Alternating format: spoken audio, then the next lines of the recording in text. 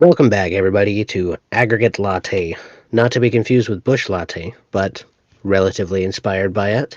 We're joined here with your host, Ricky Leone. That's me, and my co-host, B minus. Say hello, B minus. Good morning, Sunday morning. This is B minus. We're sitting here in the recording studio where my co-host has just performed the Pelosi reset and officially lost his mind after being set up by his hairdresser. Good morning, Sunday morning. Absolutely. Whatever helps you sleep at night. So we're gathered here today to talk about Darth Pelosi in the news again, recently officially backing a 2017 bill to establish a commission to evaluate presidential capacity. This just before the November election, in which a committee of completely partisan members shall determine the fate of the president. On a whim, even. So Pelosi was quoted as stating, "The plan isn't for the president to say that he's a perfect physical specimen. Maybe I can agree with that, and young." He said he was young. She also said, "Trump is, shall we say, in an altered state right now, and the disassociation from reality would be funny if it weren't so deadly," the 80-year-old speaker added while wearing a mask. You know what's funny is she's talking about because we are going to have the oldest president in history soon, no matter who gets elected. Biden, 78. Trump, 70 something else, like 6 or 4. But then you got this dinosaur, this absolute bag of bones, fucking 80 years old. Bag of bones. And she's trying to place judgment on somebody younger? Given not by much, but it's still just a little bit laughable. 6 years, and Biden here is 77. So Trump is 74, Biden is 77 years old. So this commission, whatever you want to call it, I like calling it a committee because that's what it seems like. It seems like it's completely partisan and people are just going to be throwing around their opinions the entire time. It's just a bunch of people yapping back and forth, and it's going to be completely partisan. So we got 17 members. In the bill, it says the committee is going to be manned by 17 members, and they're all completely partisan. Two of them appointed by the Senate Majority Leader, two of them appointed by the Senate Minority Leader, two by the Speaker of the House, two by the House Minority Leader. That makes up the first 8, right? And then the second 8 are former high-ranking cabinet officials and or former presidents and VPs, 4 of which appointed by the Dems, 4 of which appointed by Republicans. How is this actually going to present a valid assessment of the presidential capacity if it's clearly manned by partisan people appointed by some of the filthiest fucking politicians in history? And so the thing that I find the most interesting, at least in that section of this proposed bill, is that it's very clear that it has to be Democrat and Republican. So there's no alternative parties involved in this process. So it's listed as if it's going to be bipartisan because it is bipartisan, but it's very clear that this is those two political parties limited. So it seems like again, it's only going to be two parties deciding the fate of the whole country here. It serves to effectively limit the power of other smaller parties or independents, which, given, don't make up a large population within Congress, but they are present nonetheless. But just how relevant are they, I suppose, is the question. Obviously not relevant enough to justify being included as appointers of anybody on this committee. That's probably something that we would need to discuss another time. I do think that the sentiment, at least from my experiences, people don't really like the fact that the country is locked into a two-party system. Most people wish there was another choice, and I think that is part of the problem is these two parties definitely feel the need to limit the ability for anybody else to step in. Well, here's the thing, though, on a side note on that topic. Independence would be more popular if more people were independents and would vote for independents or alternate parties. You don't like Biden, you don't like Trump. Well, you have independents running in the election. Why the fuck don't you vote for them? Oh, because any vote for an independent is a vote for Trump. I think most likely the big issue is that independents really don't have the same reach as any the two big parties. You know, the money and the news or the press ability. That's what I'm trying to say. The press capability of Republicans and Democrats is unprecedented as far as politics is concerned. So, you know, I'm familiar with one of the independents running right now, but that's you know barely a thing. And how you would do that is to specifically go out and research that. And the United States has become a very passive political system, I think. It really limits the potential for a third or independent party for coming in and doing well in U.S. politics, I think. Not only that, but in the grand scheme of things, it limits our ability to truly have a fair election.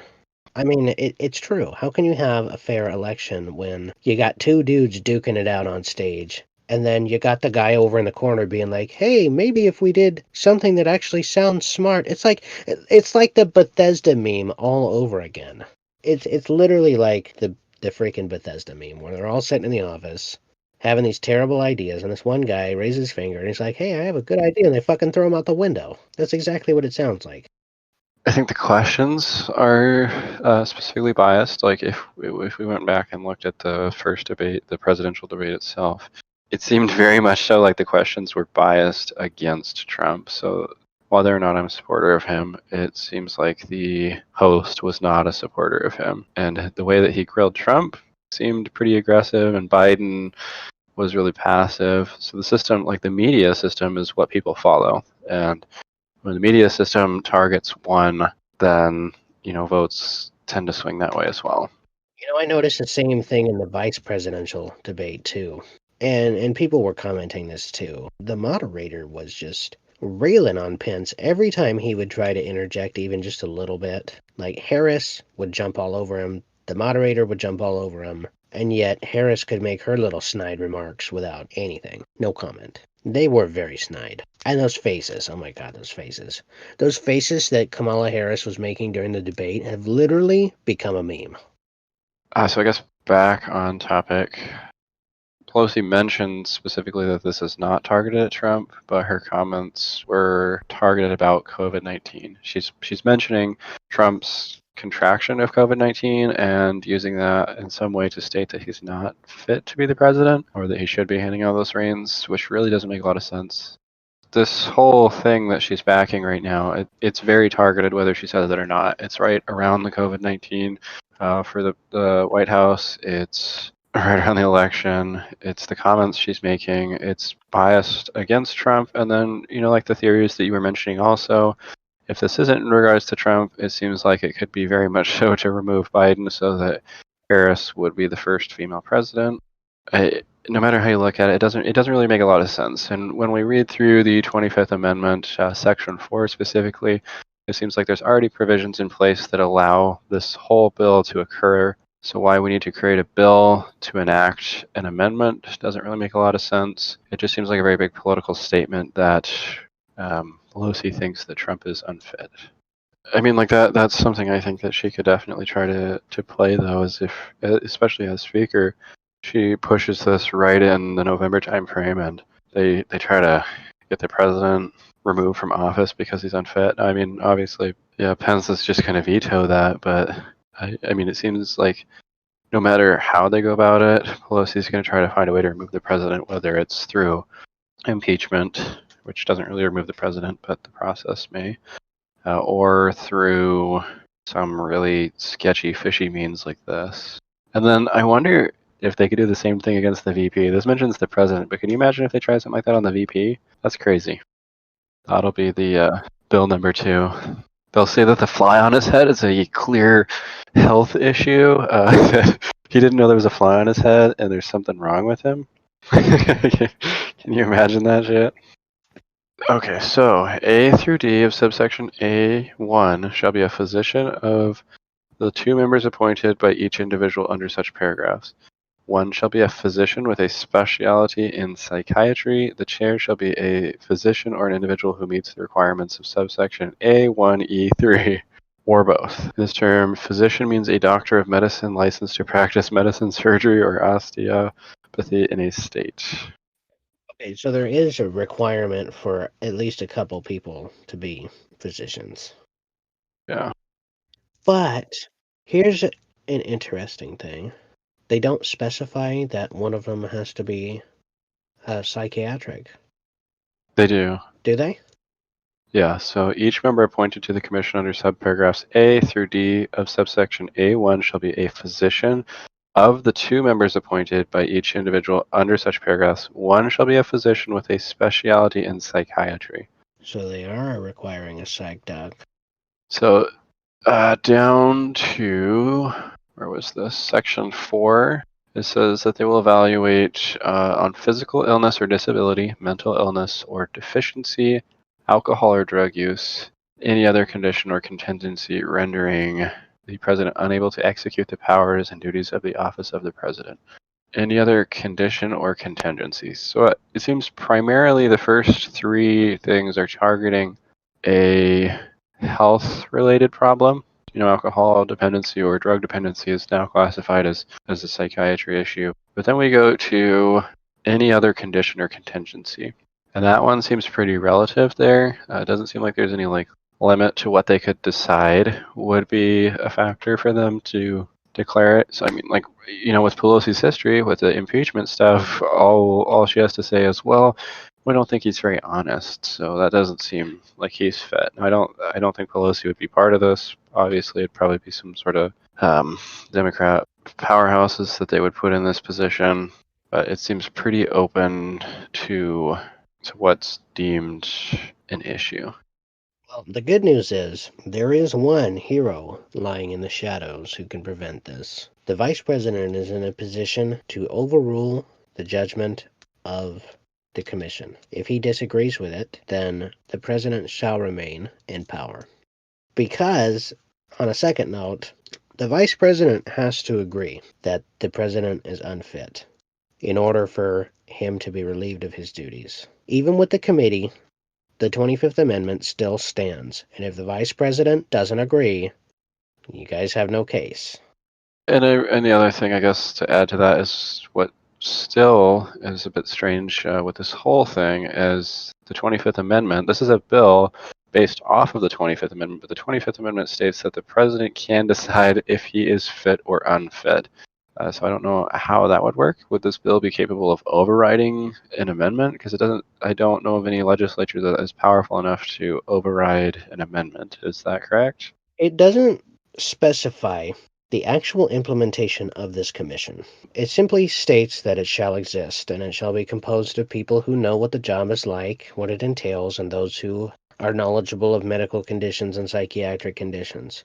I know that in Section 6 of this bill, it lists the report. The Commission shall, in consultation with the Vice President, transmit a report to the Speaker of the House and the President pro tempore of the Senate that shall include the declaration described in Section 4 of the 25th Amendment, providing whether the President is able to discharge the powers and duties of the office and otherwise describing the findings and evaluations of the examination. So that sounds to me like this is just going to be expert advice that shall be given to the heads of the respective legislative houses. And upon that, in conjunction with the VP, they shall issue the revocation of presidential powers, I suppose you could call it. So it sounds to me like basically this is just an advisory council. So again, it just keeps coming back in my mind that this is a current events political statement that Pelosi thinks that the president is unfit to be the president, and she's gonna pursue that in whatever means possible. Because it doesn't seem like this really has a lot of power, and the 25th Amendment seems like it would strip any power of this by default. We're just taking the 25th Amendment, Section 4. That's really what this is all based around, is Section 4, not 1, 2, or 3. And stating that Congress can remove the president, and it's already a power of Congress. So now we're going to create a committee based off of a power that Congress already possesses. Couldn't we just have a special section or a special hearing that created this committee in the first place? Would we need a bill for it? It doesn't seem like we need a bill. I think it depends on how much it would cost. There's always limits in Congress on what you can do willy-nilly and what you have to introduce legislation to do. I know that Congress is gonna make more of a cost out of this than it should be, but I don't really see the costs associated with it currently. We have a hearing. We state, hey, the president needs to go see such and such because he's been acting weird lately. Such and such says, he's unhealthy. I could see the costs associated with the medical side of it, but with the congressional side of it, it's like, they're going to get per diem and whatnot. Is that in order to go speak with doctors, or are they going to have this hearing in San Diego and everybody has to fly down there so that they can all go to the fancy hotels? Like, wait, this really shouldn't cost very much. It seems like it should be fairly easy to do. Everybody goes to the Capitol, says, hey, something's wrong with the president. That's where I'm like, where is this cost associated? Well, doctors don't come cheap, and neither do politicians. So it really boils down to what the process of examination is going to be and how long it's going to take and how many people are going to have to be paid during that process. And I believe that's where all the cost comes from, is entirely salary based. Salary, travel expenses, lodging expenses, it's going to add up. Section 6 here, I see HIPAA mentioned, and that's a question I'd like to bring up. Like, how would this go about with the president's, right to privacy for his medical? Are they gonna like make this a special private hearing, in which case only the members of the committee ever know what's wrong with the president, and then the rest of the country has to just be like, oh, they said there's something wrong with his health, he's not fit to be the president? Or are they going to strip any health privacy from the president and just say, oh, yeah, dude does drugs on a weekly basis? I imagine that the report is going to just basically give a blanket yes or no, but I could be wrong. I don't see the legal precedent for being able to suspend somebody's HIPAA privacy. That sounds a little outrageous. In which case, the things I see is it would be a redacted report, and then with the redacted report, there's going to be a special hearing to release that information. This is going to go in circles, and by this point, the VP is most likely going to say, the president's perfectly fine. I don't know what you're talking about. Unless that VP was installed to replace the president. I'll go ahead and save that topic for another day. And unfortunately, ladies and gentlemen, that is all we have for you today. We look forward to talking to you again very soon with our next episode. And thank you very much for watching the second ever episode of the Aggregate Latte podcast. Once again, not to be confused with Bush Latte, but heavily inspired by it. I'd like to thank everybody for listening to us, even though we're incredibly mediocre and honestly have no idea what we're talking about or what we're doing or how to make a podcast or even how to speak in general. We're terrible at all of those things. So again, thank you very much for everybody who views this podcast and especially to those who make it all the way to the end without skipping. So a few updates from last time. We are officially on many different podcast platforms, including Anchor, Overcast, Pocket Cast, Google Podcasts, Apple Podcasts, Spotify, and some others. As well as we are also on Facebook. We are on Twitter. We're on Parler, a free speech Twitter alternative. We're on YouTube. We're on BitChute, which is a free speech YouTube alternative. And eventually we're going to be expanding to even more social media platforms such as Minds, and hopefully we'll be getting our videos up on Storyfire and Library and maybe even some others pretty soon here. I appreciate everybody who is willing to give us a chance. We are brand new at this, but we want to be able to give you our opinions, even though they're literally not worth very much. But we want to add our voices into today's commentary society. And we're not going to just remain on political topics either. We're going to start branching out to other topics that interest us personally. Not everybody's going to be interested in what we have to say or interested even in those topics in general, but I still would appreciate it if those of you who have viewed Aggregate Latte in the past or listened to us on a podcast platform would at least give us a try and hear us out maybe once or twice. So we're going to be branching out to everything from science and technology to video games, pop culture, mainstream media type stuff, even covering Silicon Valley and Hollywood. So again, to everybody who listened to us, and especially to those who listened all the way through the podcast, thank you very much for listening to us and giving us a chance to give you some information and our opinion about things that we generally think are important for people to learn about. Not everybody knows what's going on, especially with some of the things that we're going to be covering in later episodes. Not everybody's going to know about this. And I personally feel that it's very important to inform the world about what is going on and what we can do to make a difference. We're starting out political, but that's not where it's going to end. It's going to be all encompassing. Eventually, if you give us a follow on Facebook, Twitter, or on Parler, I'll take your suggestions and we'll look into it and we'll give you the information and our take on what's going on. Thank you for giving us a chance. I'm Ricky Leone of Aggregate Latte, signing off. We'll see you again soon.